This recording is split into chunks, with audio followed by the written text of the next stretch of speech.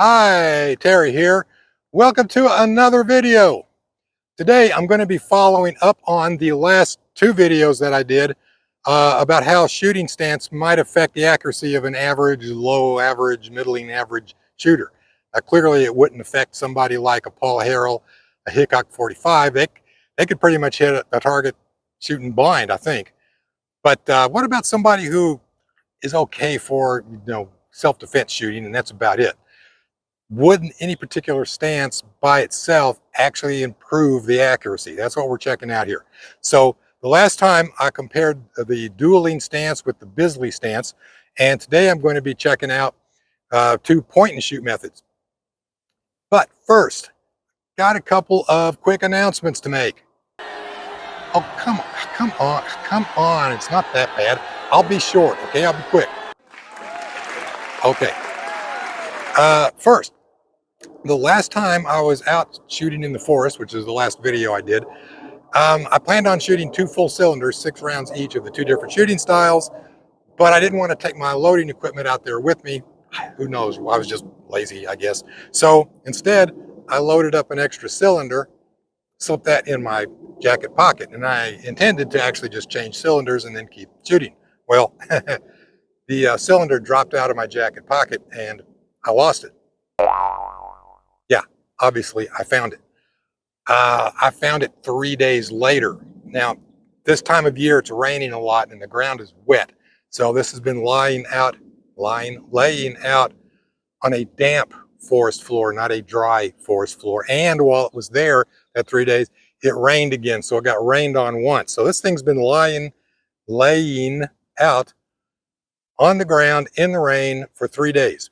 And I thought it might make an interesting experiment just to see how well it shoots. So I'm going to be shooting this in the video in one of my point and shoot methods. If it doesn't work very well, I'll clean everything up, reload, and we'll redo it. But yeah, it's one thing I'm going to check out.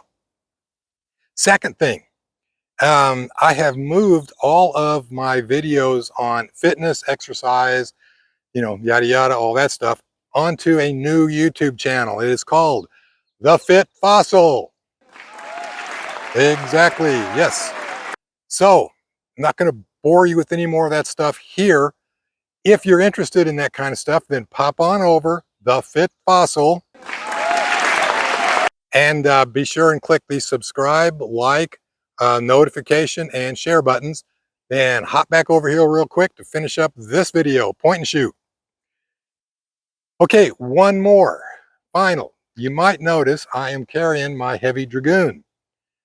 Yeah, somebody asked me recently, how long can you keep a flintlock loaded? And that's a friend of mine, sort of friend. And he's thinking about buying a black powder. He didn't know whether he should get, he wants a musket or a rifle. He hadn't decided yet on that either, what time period he wants. And he hasn't decided, does he want a flintlock or a cap lock? So he was asking me, is there any big difference in how long you can keep them loaded? I don't know. Actually, I've never kept one loaded long enough to find out, to be honest. I've always loaded them on the range, shot them, take them home empty, clean them, put them on the shelf. Unless I went back when I was hunting, I might carry it around during the day, but then I would shoot it, empty it out before going home. So, conducting a little experiment here. I got my heavy Dragoon loaded, and I'm going to be carrying it around for the next 7 days. Now, I loaded this 3 days ago, so I got 4 days left to go. Basically, everywhere I go, it goes. Well, maybe not the bank, Aldi's, maybe not inside Walmart, maybe not the pharmacy, but you know what I'm saying.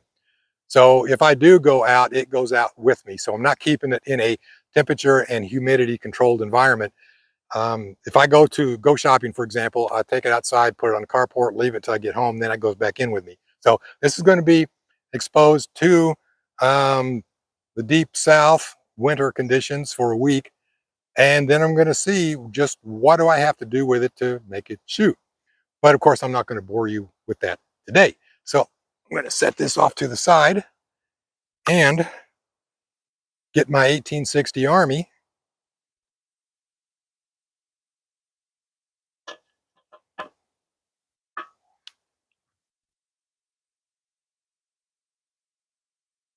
And we're going to do a little point and shoot shooting.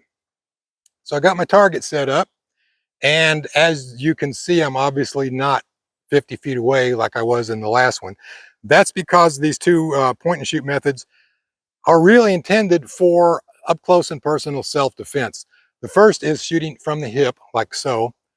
And this is where you just kind of use line of sight onto the target and then instinctively feel where to point the gun. And I'm going to see how good I am at that in a self-defense situation. And then the other one is probably more like how the actual cowboys really shot. And that's where you cock, you bring it up and eye level and you shoot, but you don't aim. Basically what I'll be doing is focusing my attention onto the target and then just bring the gun up into my line of sight and shoot. So if in a gunfight situation, I might draw it and just point and shoot. And we're going to see how good I might be at that.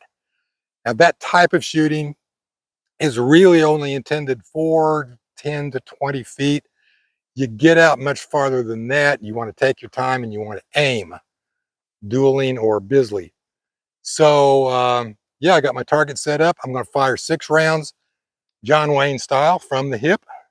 And then I'm going to fire 6 rounds. You might say Rambo or military, or you might call it the real cowboy. And we'll see what happens. So let me get lined up here. Can you see everything really good? Okay. All right. Oh, forgot one thing. Never forget your safety ears. Be right back. Okay, got my ears in. I'm back. Let's do some shooting.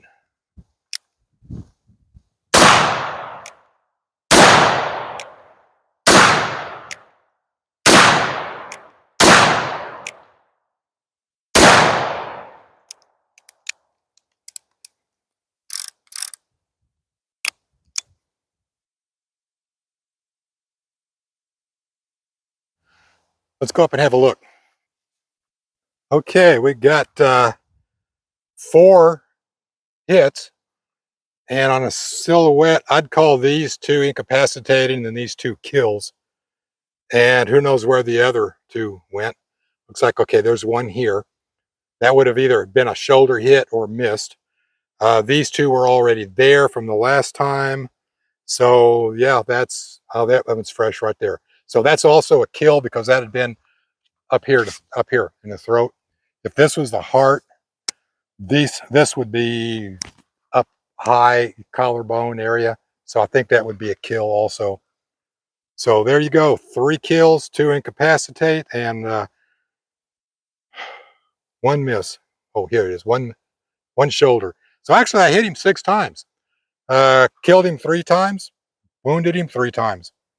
I had kind of expected to miss the entire target, to be honest. So let's reset the camera and let's do the eye level point and shoot. Okay, I'm back. I have reloaded with the cylinder that was out in the forest for 3 days. Did absolutely nothing to it. Let's see how it works.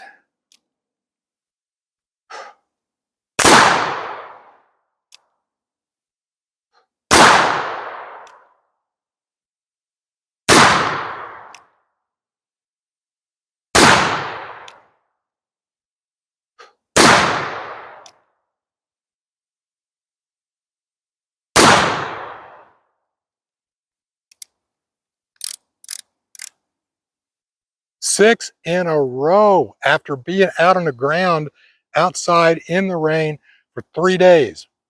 So much for the you gotta empty them things every night or they won't shoot bull crap. Let's look at the target.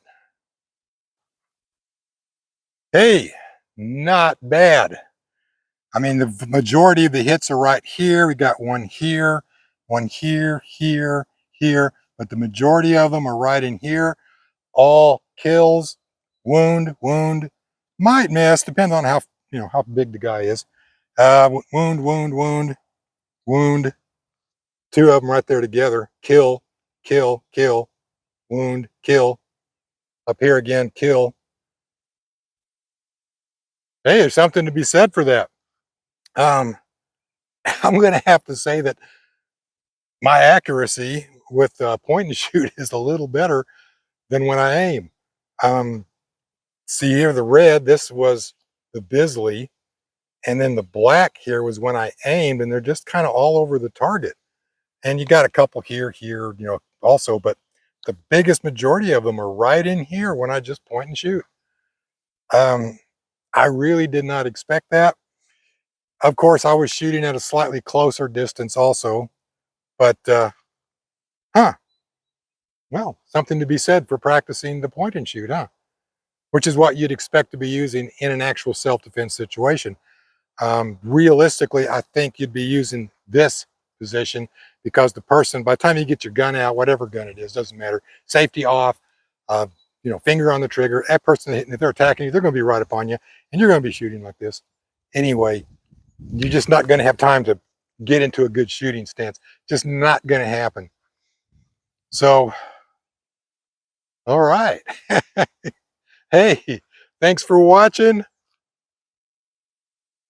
I know it's not here, but hey, if you like my video, then if you haven't subscribed, please do so. Also, click the like, notification, and share buttons. Really helps me out a lot. I'm up to about 1,885, I think, subscribers now, and I am monetized, but it's not over. That's just where it starts. Okay, we start with getting monetized, so I'm not ready to buy that yacht and retire yet. Stick around for the next video, which will be the modern two-handed isosceles triangle or weaver stance. And I'll be doing two different methods of that, one point and shoot and one aim also, and then comparing all of these together. So, hey, thanks for watching. See you next time.